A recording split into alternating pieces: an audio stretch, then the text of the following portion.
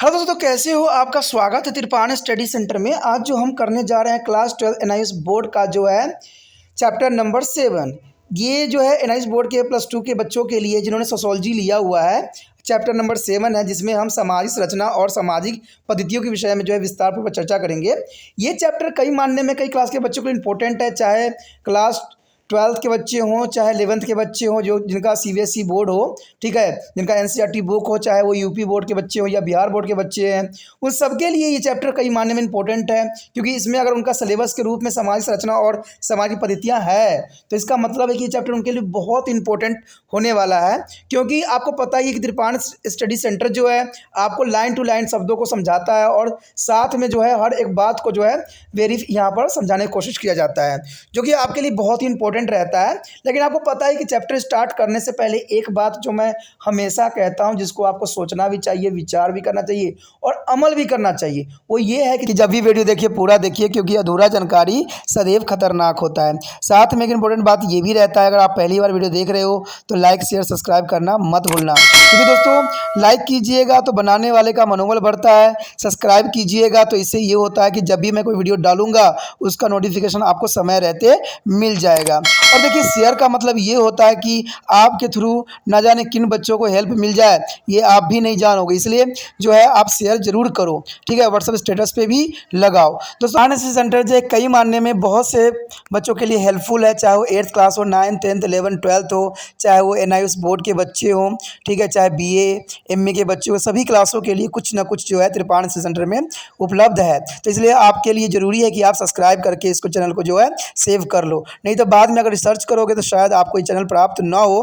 तो इसलिए सोचना नहीं, विचार नहीं करना है, सब्सक्राइब करके जो है अपने पास सेव करना है। दोस्तों ये तो बात था आपके लिए, लेकिन अब देखते हैं हमारा आज टॉपिक क्या है।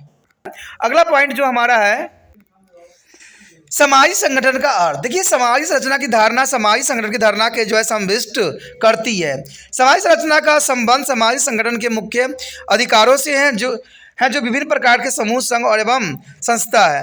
अब संगठन शब्द का अर्थ देखें। कहते संगठन अर्थ जो है व्यक्तियों या किसी भाग के प्रबंधन से है।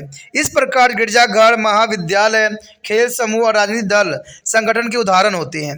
इन सभी में व्यक्ति या भागों का प्रबंधन है जो कि अंतर संबंधित होते हैं अथवा एक दूसरे पर निर्भर भी करते हैं। हम शिक्षण संस्था या महाविद्यालय का उदाहरण ले सकते हैं। एक महाविद्यालय के अंदर प्रधानाचार्य, प्रोफेसर, क्लर्क, विद्यार्थी आदि सभी आते हैं। यानी ये सब क्या आते हैं? विद्यालय के अंतर्गत आते हैं। यह और कुछ नहीं बल्कि विभिन्न भागों और व्यक्तियों का प्रबंधन होता है। हर किसी को अपनी भूमिका निभानी होती है, साथ साथ तभी सामाजिक संबंधों में समन्वय कायम भी रहता है। यदि बात करें यहाँ संगठन कई प्रकार के हो सकते हैं, तो संगठन में इसमें कोई दो राय नहीं, संगठन कई प्रकार के हो सकते हैं। राज्य को राजनीतिक संगठन भी कहा जाता है, क्योंकि यह जो है राजनीतिक विषयों से संबंधित रखता है, क्योंकि ये राजनीतिक से है, इसलिए राजनीतिक संगठन कहलाएगा। कारखाना एक आर्थिक संगठन है, क्योंकि यह वस्तु के उत्पादन एवं वितरण को संबंध रखता है। गिरजाघर एक धार्मिक संगठन है, यह एक आध्यात्मिक विषयों का अध्ययन कराता है। ये सभी समाजों को अलग अलग संगठन होते हैं और संगठन जो है एवं जो है सामाजिक संरचना का एक दूसरे से जो है गहरे जुड़े होते हैं, लेकिन यह दोनों अवधारणाएं अलग अलग बिंदुओं पर बल देती है। संगठन सामाजिक संबंधों के जो है प्रबंध बल देती है, जबकि सामाजिक संरचना जो स्थिति और कुछ नियम एवं सामाजिक संबंधों को जो है अपने में समाहित रखती है। तो ये बहुत काफ़ी इंपॉर्टेंट बात यहाँ पर आता है। आगे यदि बात करें हम सामाजिक संरचना के आधार यानी बुनियाद, तो सामाजिक संरचना का आधार और बुनियाद क्या है, इसका बेस क्या है, ये जानना अत्यंत महत्वपूर्ण रहेगा, रोचक भी रहेगा। हमने पहले यह चर्चा किया है कि संरचना का अपने उद्योग के अंदर संबंधों से लेन देन होती है और उसी के परिणाम स्वरूप समाज जो है सद्भावपूर्ण तरीके से चलता है। संस्था, संघ, समूह और संगठन समुदाय सभी समाज संरचना के ही भाग होते हैं, ठीक है। और सामाजिक संरचना के कार्य को समझने के लिए इसकी बुनियादी आधारों का विश्लेषण करना अत्यंत महत्वपूर्ण रहता है। अगर हम बात करें पहली बुनियाद की, तो पहली बुनियाद जो होती है लक्ष्य को पूरा करने के लिए प्रयासरत रहने की आवश्यकता, यानी हम सदैव ही प्रयास करते रहना चाहिए। मनुष्य सामाजिक संरचना का मुख्य संगठक है। मनुष्य का स्वभाव एवं रुचियां भिन्न भिन्न होती है। सामाजिक संरचना का विकास उसके विभिन्न संगठनों के बीच के अंतर संबंधों के आधार पर ही होता है। सामान्य लक्ष्य की पूर्ति इन्हीं अंतर संबंधों की बुनियादों में निहित होती है। उदाहरण के लिए परिवार या संबंध व्यवस्था सामाजिक संरचना का एक भाग होता है। यहीं पर सभी सदस्य एक दूसरे के पारिवारिक और खुशियों के लिए अंतर संबंधित होते हैं। यानी यहाँ पर देखा जाए तो लक्ष्य को पूरा करने के लिए प्रयास रहने की आवश्यकता है। तो इसमें हर लोगों को एक दूसरे के लिए सहयोग देने की जरूरत होता है, और इसी से परिवार होता है खुशहाली के जीवन व्यतीत भी करता है। यदि बात करें अगली पॉइंट को, तो कहते हैं किसी भी भूमिका और परिस्थिति को स्वीकार करने के लिए तैयार रहना, यानी कोई भी परिस्थिति आ जाए उसके लिए सदैव ही तैयार रहना सभी, क्योंकि भूमिका भी आपको उसी हिसाब से मिल सकती है। प्रत्येक सामाजिक संरचना अपने सदस्यों को एक निश्चित स्थिति और भूमिका प्रदान करता है। परिस्थिति साधारणतः एक समूह और समाज का सामाजिक रूपों से परिभाषित भी स्थान है। भूमिका किसी व्यक्ति का अपनाया हुआ वह आचरण है जो किसी समूह या समाज में उसकी प्रतिष्ठा से निर्धारित भी होती है। परिस्थिति के साथ कई संबंधित भूमिकाएं भी जुड़ जाती है। देखिए, अगर कोई आपको परिस्थिति मिलती है या कोई भी भूमिका मिलता है तो बहुत सारी भूमिकाएं आपके साथ जुड़ जाता है। अगर समाज में कोई प्रतिष्ठा आपको मिला है तो आपको भूमिका भी आपके साथ जुड़ जाता है, वो आपको वहाँ पर प्ले भी करना पड़ेगा। अंग्रेजी की शिक्षा को केवल अंग्रेजी पढ़ाने का ही उम्मीद नहीं की जा सकती है, अतुल उसे उम्मीद की जा सकती है कि चिंतित स्वभावों से मिले, नाटकों में रुचि रखने वाले छात्रों को राय दें, साथ साथ पुस्तकों के लिए पुस्तक की आपूर्ति आदर्श दें। तो ये सारी चीज़ें जो होती है एक व्यक्ति से आशा की जा सकती है। परिस्थितियाँ और भूमिका का निर्धारण प्रथा, परंपरा और समाज में सदैव होता ही रहता है। कहते कि यही परिस्थितियाँ जो होती है विभिन्न संस्थाएं जनसी तथा पद्धति को जन्म देती है। जब ये किसी खास तरीके से अंतर संबंधित एवं व्यवस्थित किए जाते हैं तो ये सभी समाज संरचना का निर्माण भी करते हैं। समाज संरचना में हर मनुष्य को एक निश्चित परिस्थिति प्राप्त होती है एवं उसमें जिम्मेदारी भी दी जाती है। देखिए, कहते हैं अगर समाज में है तो आपको कोई ना कोई जिम्मेदारी जरूर दी जाती है। व्यक्तियों की मृत्यु से उसकी परिस्थिति एवं जिम्मेदारी में कोई बदलाव नहीं आता है। जो नया व्यक्ति मृत व्यक्ति का कार्यभार संभाल लेता है उसे भी परिस्थिति के अनुसार समाज में भूमिका निभानी ही पड़ती है। तो समाज में कहते हैं कोई भी कार्य रुकता नहीं, चाहे व्यक्ति जीवित हो चाहे मृत्यु को प्राप्त हो, उसकी जगह कोई दूसरा व्यक्ति उस कार्य को प्रतिष्ठा अपने निभाएगा। यही प्रतिष्ठा नई अकेली तलाकशुदा नारी के संदर्भ में है तो उसके लिए भूमिका का निर्धारण करना पड़ सकता है। नई प्रतिष्ठा जो भूमिका को जुड़ी रहती है उन व्यक्तियों के आचरण से धीरे धीरे प्रभावित भी होती है जिनके अधिकार इन नई परिस्थिति पर निर्भर भी करता है। उसके पश्चात आता है प्रतिमान तथा लोकचार्य। देखिए, प्रतिमान सामान्य रूप से मान्य आचरण है, यानी प्रतिमान तो देखा जाए तो एक तरह का आचरण है, यानी बिहेवियर है। प्रतिमान व्यक्तियों की भूमिका को प्रभावित करता है। अंततः समाज संरचना को संदर्भ की स्थिति एवं भूमिका निर्धारण प्रतिमान एक महत्वपूर्ण भूमिका भी निभाता है जो इसे जीवंत और स्थिर बनाता है। एक परिवार के कुछ निर्धारित प्रतिमान हो सकते हैं। देखिए, एक परिवार का उसके कई प्रतिमान हो सकते हैं जिस पे वो कार्य करती है। ये सभी समाज संरचना के अंतर संबंध बरकरार रखने में सदैव मदद करते हैं। मिसाल के तौर पर अगर परिवार में पिता को अपनी भूमिका निभानी है तो सामान्य रूप से माँ और बच्चे को भी कुछ निश्चित भूमिका निभानी होती है। यानी अगर फादर को निभाना है तो साथ में बच्चे और माँ को भी कोई ना कोई जिम्मेदारी जरूर दी जाती है। लेकिन भारतीय पारिवारिक संस्था में प्रायः माँ का स्थान महत्वपूर्ण है जो कि परिवार के सभी सदस्यों को देखभाल करती है, जबकि अमेरिकी परिवार में बच्चे सहित सदस्य स्वयं ही सहायक का आचरण होता है। इसके अतिरिक्त आशानुरूप भूमिका जो कि समाज की परिभाषा से भूमिका का आचरण कैसे किया जाना चाहिए हमेशा ही भूमिका प्रदर्शन से मेल नहीं खाती है।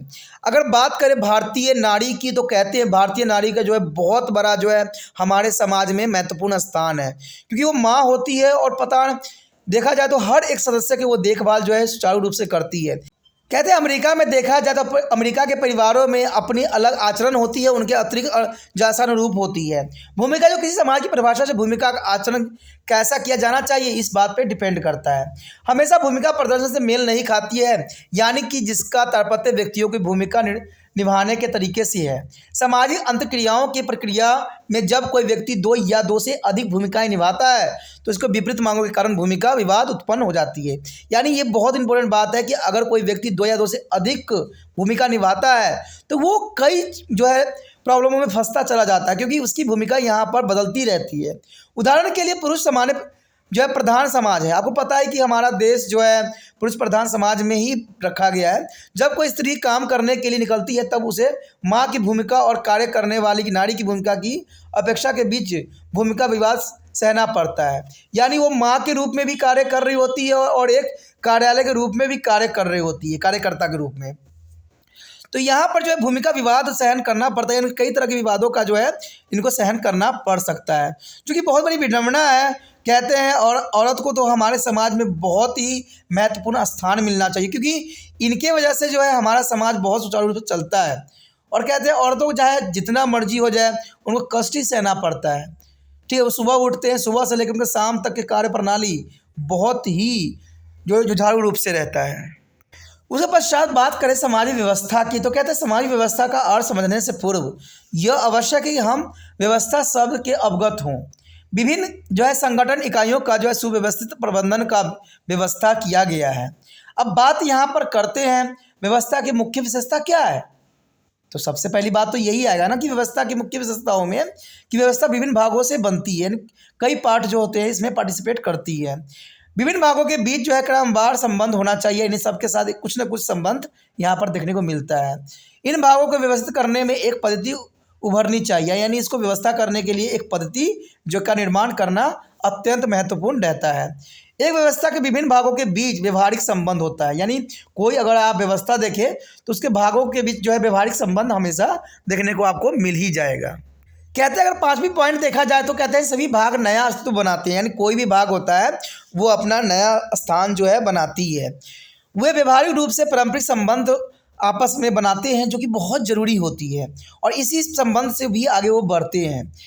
व्यवस्था शब्द की विभेदन करने के बाद हम सामाजिक व्यवस्था की अवधारणाओं का विश्लेषण भी कर सकते हैं कि हमारे सामाजिक व्यवस्था में क्या अवधारणाएं हैं, और उसका जो है सही परख भी हो सकती है। सामाजिक व्यवस्था जो है परंपरा सामाजिक अंतर्क्रियाओं का एक सुव्यवस्थित एवं क्रमवार प्रबंधन भी है।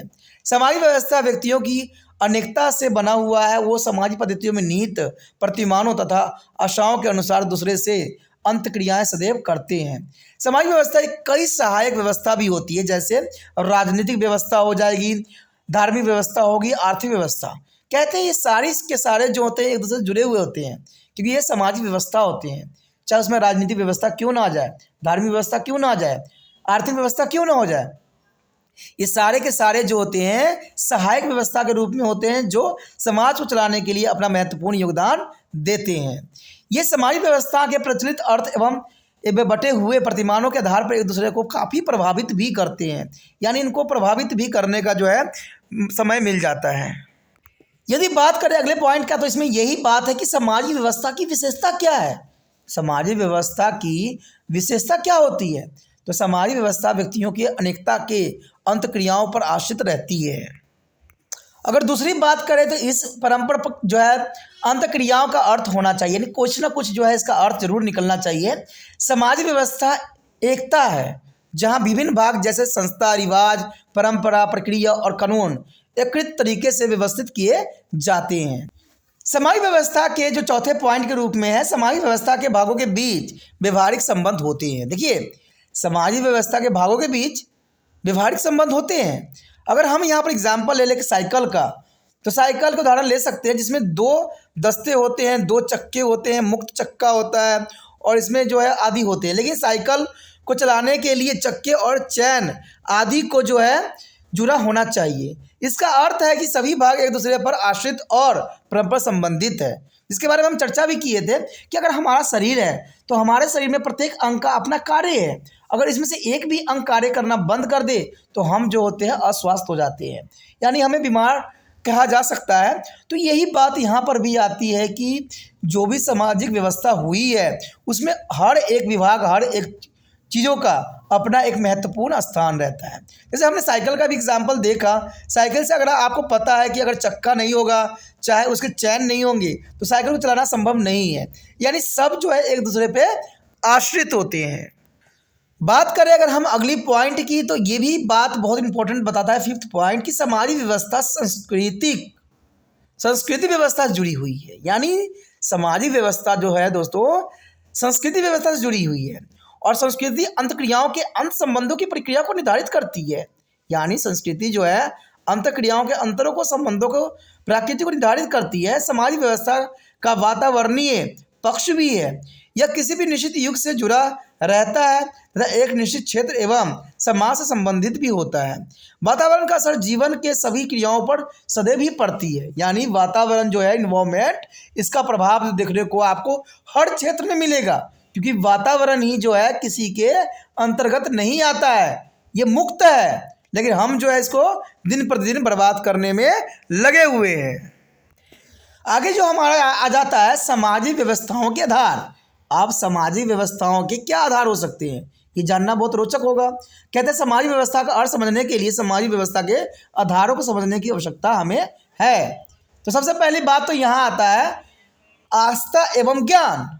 तो आस्था एवं ज्ञान में क्या है? कहते हैं ब्रह्मांड के किसी भी विषय के पक्ष में यदि कोई कथन सत्य मान लिया जाए तो वो उसे आस्था कहते हैं। यानी हमारा उस पर क्या है? आस्था, फेथ। आस्था सामाजिक क्रियाओं की बुनियाद है। कहते हैं अगर आस्था नहीं है तो वो कार्य होना संभव नहीं है। किसी चीज़ पे विश्वास भी करना बहुत ज़रूरी होता है, और ये विश्वास ही जो होता है, आस्था ही होता है जो इंसानों को उस जो कहते हैं ना उस बुराई या उस जो है कहते हैं डूबते हुए नैये को जो है एक तिनके का सहारा मिल जाती है। तो वो विश्वास पे डिपेंड करता है, क्योंकि नैये को अगर तिनका का सहारा अगर बात कर रहे हो तो एक तिनका सहारा कैसे दे सकता है? लेकिन ये बात जो है विश्वास है। हमें जो है आस्था, ब्रह्मांड में कोई भी चीज़ें होती है सत्य तभी होता है जब आपके उस पर आस्था हो। उसके पश्चात आता है भावुकता। देखिए भावुकता जो होती है इमोशन को लिए लिया गया है। भावुकता आस्था से घनिष्ठ रूप से जुड़ी हुई होती है। यानी भावुकता जो है पता चलाता है कि हम विश्व के बारे में क्या महसूस करते हैं। यानी ये भावुकता जो होते हैं दोस्तों, हमें एहसास दिलाता है कि हम विश्व में क्यों हैं। भावुकता अनुभव एवं संस्कृति प्रशिक्षण का ही उपज है।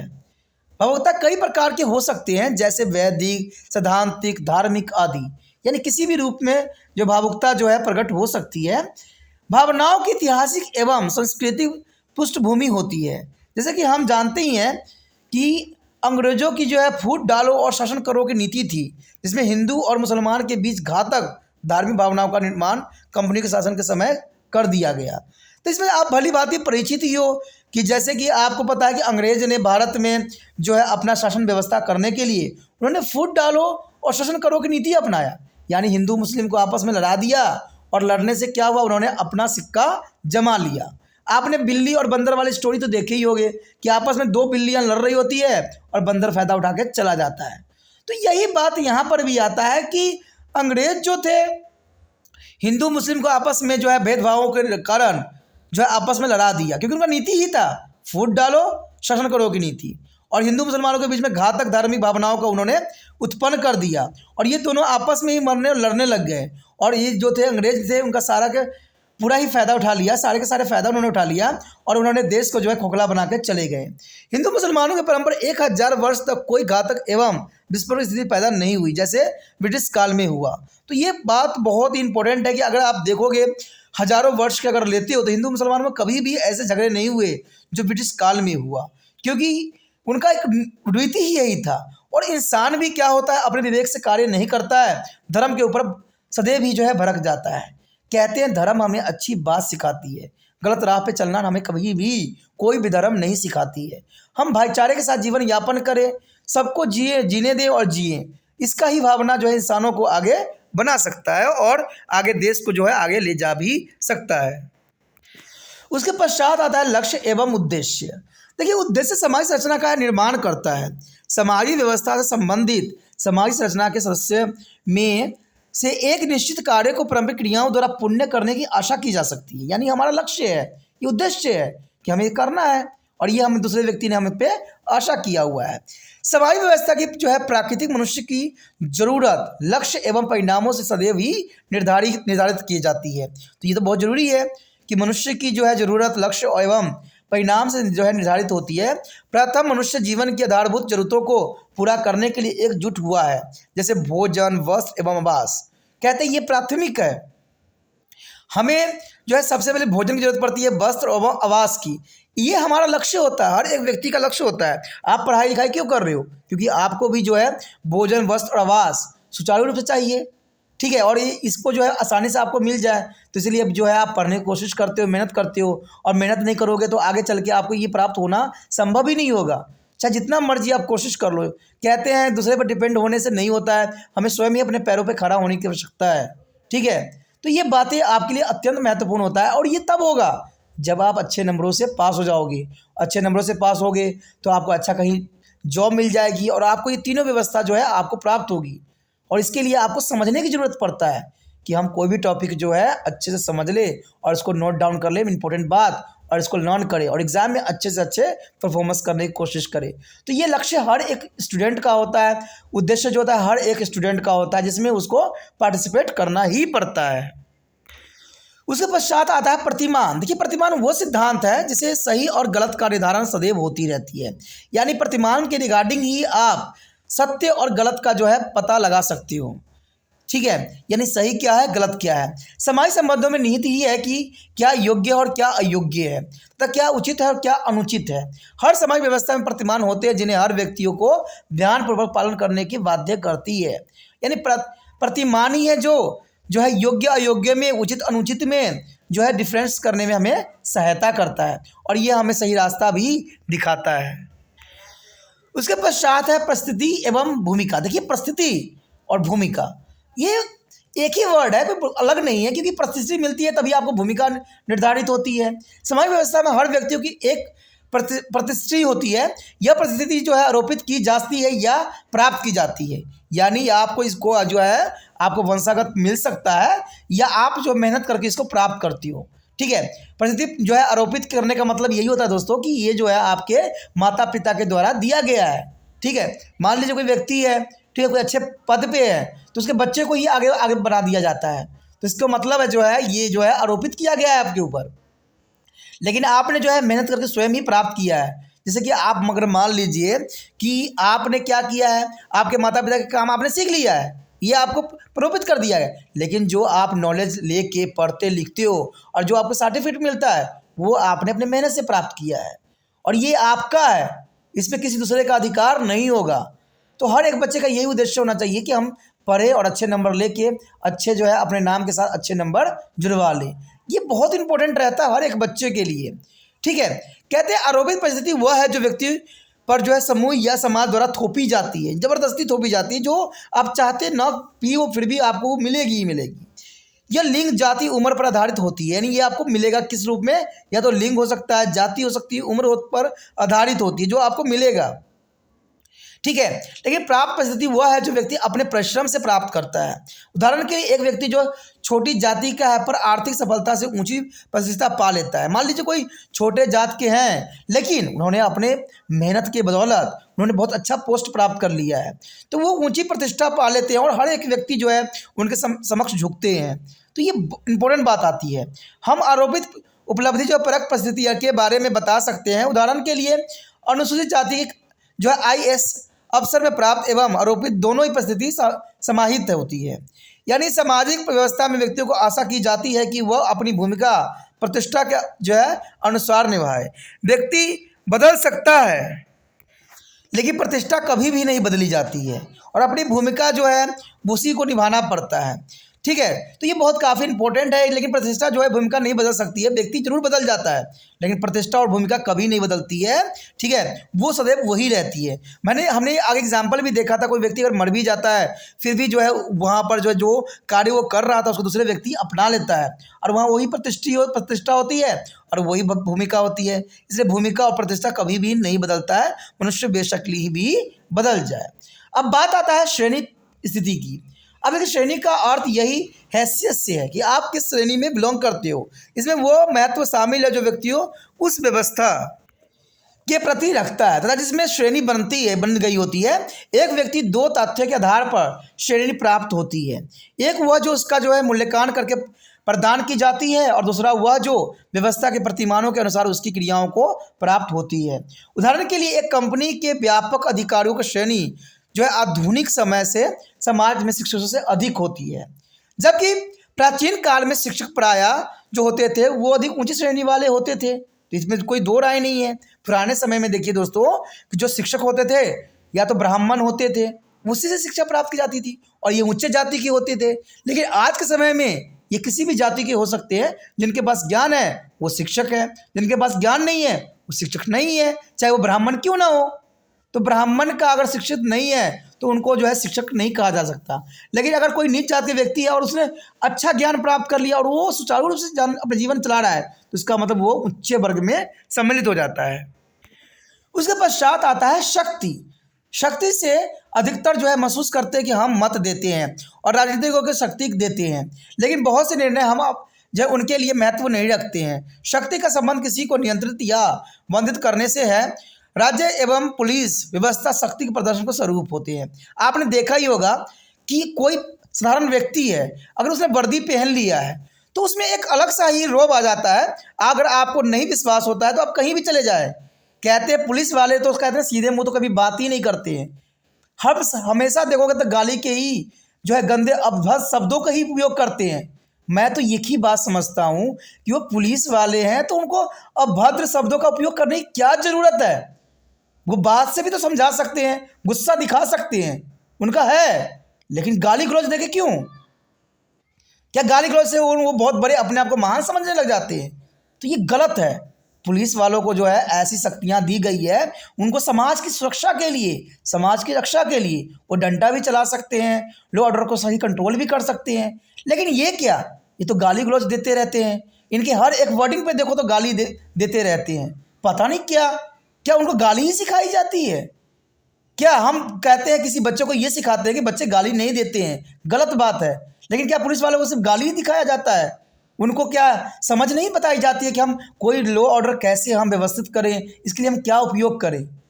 लेकिन आप देखोगे कि इनका जो होता है अभद्र भाषा का ही प्रयोग करते हैं, चाहे वो कितने भी बड़े समझदार क्यों ना हो, उनके गाली मुंह से ही बात चलता रहता है। यही बात हमारे देश के लिए विडंबना है। मैं तो एक बात जानता हूँ कि कोई भी देश की शक्ति वो होती है जो हमारा नॉलेज होता है, हमारी समझ होती है, हमारी चालाकी होती है।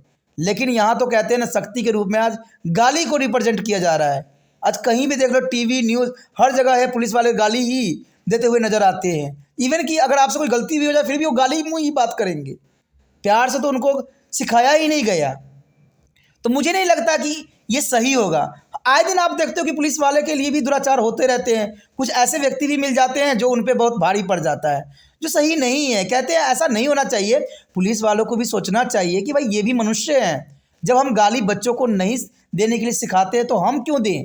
हम जो है अच्छे विचारधारा से भी तो कार्य कर सकते हैं ना, अच्छे ढंग से भी, रूल रेगुलेशन से भी कर सकते हैं। कहते हैं कि बड़े बड़े साधु और बड़े बड़े महात्मा ने प्यार से दुनिया जीत लिया, और ये क्या गाली गलौज देकर दुनिया जीत लेंगे? क्या लॉ ऑर्डर को सही कर देंगे? मेरे हिसाब से तो कभी संभव नहीं है। उसके पश्चात है अनुज्ञापित। यानी अनुज्ञापित जो होती है इसका तात्पर्य पुरस्कार एवं दंड से होती है, जो समाज व्यवस्था के संदर्भ को प्रतिमान एवं लक्ष्य को परिपुष्ट करने के लिए एक औजार की तरह इस्तेमाल होती है। अब देखिए औजार की तरफ क्यों कैसे इस्तेमाल होती है। अगर आप बच्चों को लालच दोगे, बच्चे हम आपको ये देंगे, तो बच्चे फटाफट वो काम कर लेते हैं। तो कहा जा सकता है ना कि ये जो अनुज्ञापित होती है वो एक औजार की तरह होती है। अनुज्ञापित सकारात्मक और नकारात्मक दोनों भी हो सकती है। नकारात्मक अनुज्ञापित उदाहरण के लिए मौत की सजा होती है, ये जो नकारात्मक में आ जाती है। सकारात्मक अनुज्ञापित दोषी को पुनर्निर्वाचन करने का प्रयास होता है। कोई दोषी है उसको दोबारा से उसको मौका दो, ठीक है। लेकिन कहते हैं कि मौका तब दिया जाता है जब मौका देने वाला उसने अपराध किया हो। लेकिन संघने से संघने अपराध में उसको कभी मौका नहीं देना चाहिए, क्योंकि ये व्यक्तियों का जो है मनोबल और बढ़ जाता है। उसके पश्चात आता है सुविधा। सुविधा से तो आप लोग सभी जानते हो, परिचित ही होंगे। सुविधा वह साधन है जिससे व्यवस्था के अंदर लक्ष्य की पूर्ति होती है। यह आवश्यक है कि व्यक्तियों को समाज व्यवस्था में उचित सुविधाएं दी जानी चाहिए ताकि वह अपनी भूमिका कुशलतापूर्वक निभा सके। सुविधाएं सिर्फ रहनी नहीं चाहिए, उन्हें वास्तविक रूप में होना या महसूस भी किया जाना चाहिए।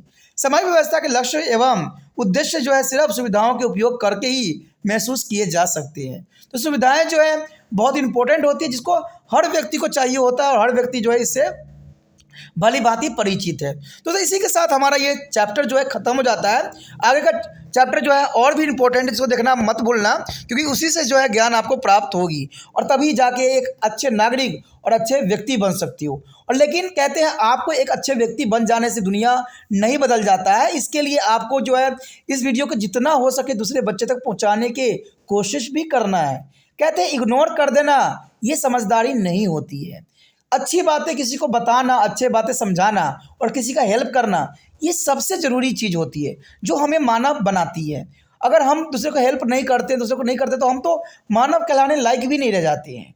क्योंकि दोस्तों आपको पता है कि आपके जो है व्हाट्सएप ग्रुप में बहुत से बच्चे होंगे जो NIS बोर्ड में पढ़ रहे होंगे, जिनको जो +2 कर रहे होंगे, +1 कर रहे होंगे CBSE से। क्या पता ये टॉपिक उनके लिए फ़ायदेमंद साबित हो जाए, क्या पता ये टॉपिक उनको समझ में अच्छे से आ जाए। तो ये सारी बातें इंपॉर्टेंट रहती है और ये वीडियो उन तक पहुँचेगी कैसे, आप यही सोच रहे होगे। तो इसके लिए आपको कुछ भी नहीं करना है, ना उनको बोलना है, ना उनको समझाना है, कुछ भी नहीं करना है। जैसे आप लोग क्या करते हो, तरह तरह के जो है व्हाट्सएप स्टेटस पे गाने लगा देते हो, ठीक है, कुछ अच्छे सीन लगा देते हो। तो आपने क्या करना है, इस वीडियो का लिंक जो है यूट्यूब से कॉपी करना है और व्हाट्सएप स्टेटस पे लगा देना है। इसी के साथ जो है दोस्तों हमारा टॉपिक आज खत्म हो रहा है, ठीक है। अगर आपको अच्छा लगा तो लाइक शेयर सब्सक्राइब जरूर कीजिए। अगर पहली बार अगर आप वीडियो देख रहे हो, पहली बार मेरे चैनल पे आए हो, तो सब्सक्राइब करना आपका फ़र्ज़ बन जाता है। सब्सक्राइब करने से ये होगा कि जो भी मैं आप क्लास के रिगार्डिंग कोई भी वीडियो डालूंगा उसका नोटिफिकेशन जो है समय समय पर आपको प्राप्त होता रहेगा। अगर सब्सक्राइब नहीं कीजिएगा, अगर आप दोबारा से तिरपान सेंटर पर आने की कोशिश कीजिएगा तो वहाँ पर आप तिरपान लिखिएगा तो जो है वो तिरपस कर देगा, ठीक है। जो आप गूगल पर सर्च करेंगे वो तिरपस कर देगा, जिससे वजह से आप जो है मेरे वीडियो का जो है फ़ायदा नहीं उठा पाओगे। तो सोचिए मत, विचार मत कीजिए, सब्सक्राइब कीजिए। आप सोचते होइएगा कि मेरे जो एग्ज़ाम खत्म हो जाने के मेरा क्या ज़रूरत है तिरपान स्टडी सेंटर से, ठीक है, तो इसलिए सब्सक्राइब नहीं करने का सोचिएगा। लेकिन दोस्तों ऐसा नहीं है, तिरपान स्टडी सेंटर जो है बहुत हेल्पफुल है। क्योंकि ये जो है आपके 8th class, 9th, 10th, 11th, 12th जो आर्ट्स के सब्जेक्टों को कवर करता ही है, प्लस जो है ये NIS बोर्ड के जो है 10th +2 को भी कवर करता है। साथ में BA जो है फर्स्ट ईयर से लेकर 6 सेमेस्टर तक बच्चों के लिए ये अग्रसर रहेगा आर्ट्स सब्जेक्ट में। तो सोचिए नहीं, विचार नहीं कीजिए, काफ़ी जो है तिरपान स्टडी सेंटर का फ़ायदा ही फ़ायदा है, ठीक है। अगर आप मुझे प्रोत्साहित करोगे तो आपके लिए मैं तरह तरह के वीडियो बनाऊँगा जो आपको फ़ायदा पहुँचाएगा। एग्ज़ाम के तौर पर मैं आपको जो है पेपर भी आपको सोल्यूशन करके दिखाऊंगा जो आपके लिए फ़ायदेमंद रहेगा। अगर नहीं सब्सक्राइब कीजिएगा, मेरा मनोबल घटेगा, तो हो सकता है कि आपको फिर दोबारा मैं ना वीडियो बनाऊं और आपको फ़ायदा ना पहुंचाऊं। तो अभी भी नहीं सोचिए, मेरा जितना आप फैलाइएगा, जितने दूसरे बच्चों के साथ शेयर कीजिएगा, उतना जो है मैं आपके लिए कार्य करने में अग्रसर रहूँगा, ठीक है दोस्तों। इसलिए सोचिए मत, विचार मत कीजिए, अभी सब्सक्राइब कीजिए और अपने व्हाट्सएप स्टेटस पर लगाइए और दूसरे बच्चों के साथ भी शेयर कीजिए, ठीक है दोस्तों। अपना ध्यान रखना, बाय।